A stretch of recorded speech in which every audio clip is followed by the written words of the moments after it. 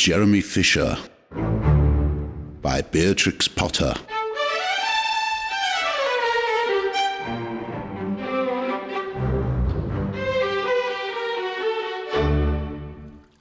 Once upon a time, there was a frog called Mr. Jeremy Fisher.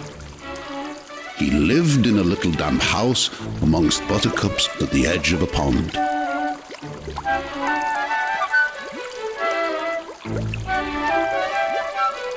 The water was all slippy sloppy in the larder and in the back passage. But Mr. Jeremy liked getting his feet wet. Nobody ever scolded him, and he never caught a cold.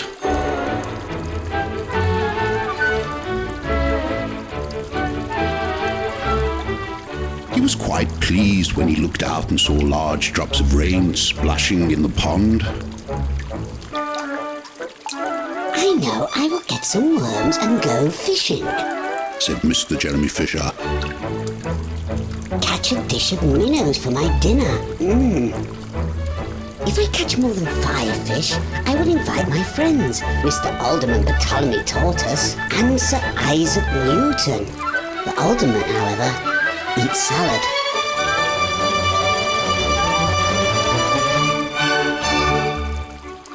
Mr. Jeremy put on his mackintosh and a pair of shiny galoshes. He took his rod and basket and set off with enormous hops to the place where he kept his boat.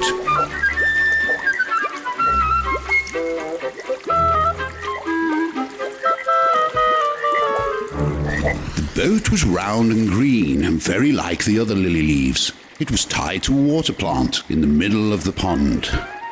Mr. Jeremy took a red pole and pushed the boat out into the open water.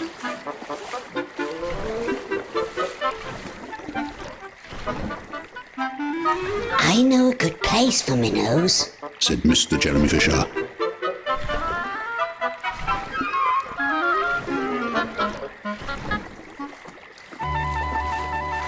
Mr. Jeremy stuck his pole into the mud and fastened the boat to it. Then he settled himself cross-legged and arranged his fishing tackle. He had the dearest little red float. His rod was a tough stalk of grass, his line was a fine long white horsehair, and he tied a little wriggling worm at the end. The rain trickled down his back, and for nearly an hour he stared at the float. Oh, this is getting tiresome. I think I should like some lunch, said Mr. Jeremy Fisher. He punted back again amongst the water plants and took some lunch out of his basket. I shall eat a butterfly sandwich and wait until the shower is over, said Mr. Jeremy Fisher.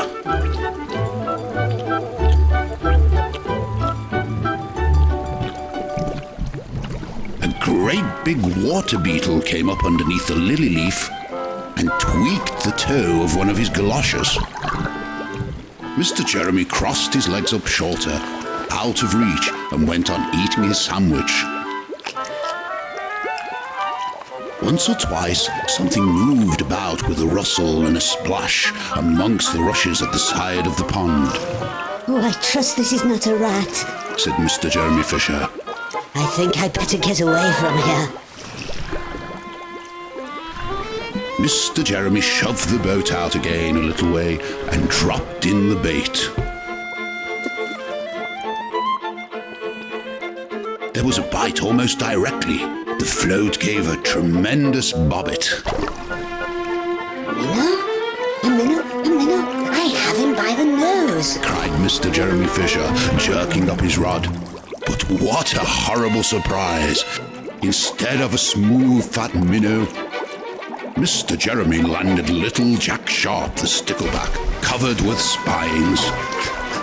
The stickleback floundered about the boat, pricking and snapping until he was quite out of breath. Then he jumped back into the water.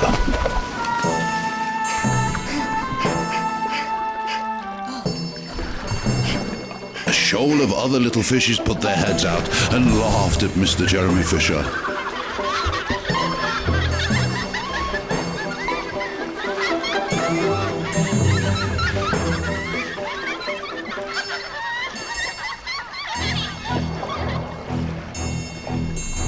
While Mr. Jeremy Fisher sat disconsolately on the edge of his boat, sucking his sore fingers and peering down into the water, a much worse thing happened.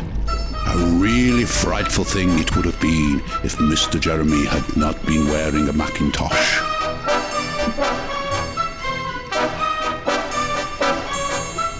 Great big enormous trout came up, kerplop with a splash, seized Mr. Jeremy with a snap, and then it turned and dived down to the bottom of the pond.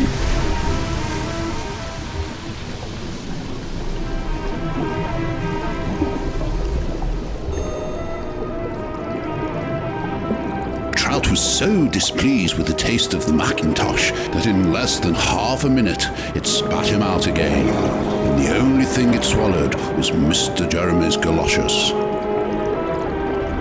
Mr. Jeremy bounced up to the surface of the water like a cork and the bubbles out of a soda water bottle, and he swam with all his might to the edge of the pond. He scrambled out onto the first bank he came to, and he hopped home across the meadow with his Macintosh all in tatters. Oh, what a mercy that was not a pike, said Mr. Jeremy Fisher.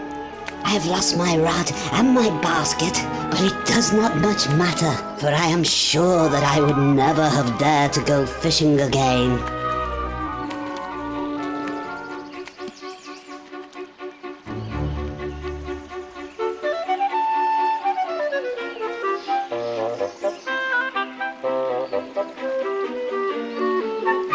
He put some sticking plaster on his fingers, and his friends both came to dinner.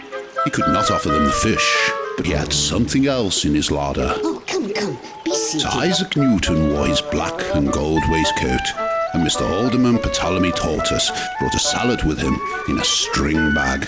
And instead of a nice dish of minnows, they had a roasted grasshopper with ladybird sauce, which frogs considered a beautiful treat, but I think it must have been nasty. And so ends the tale of Mr. Jeremy Fisher. I was speaking to Jemima Puddock earlier. You would never believe what happened to her. Some fox parading as a gentleman tried to gobble her all up. Never. That's awful. Well,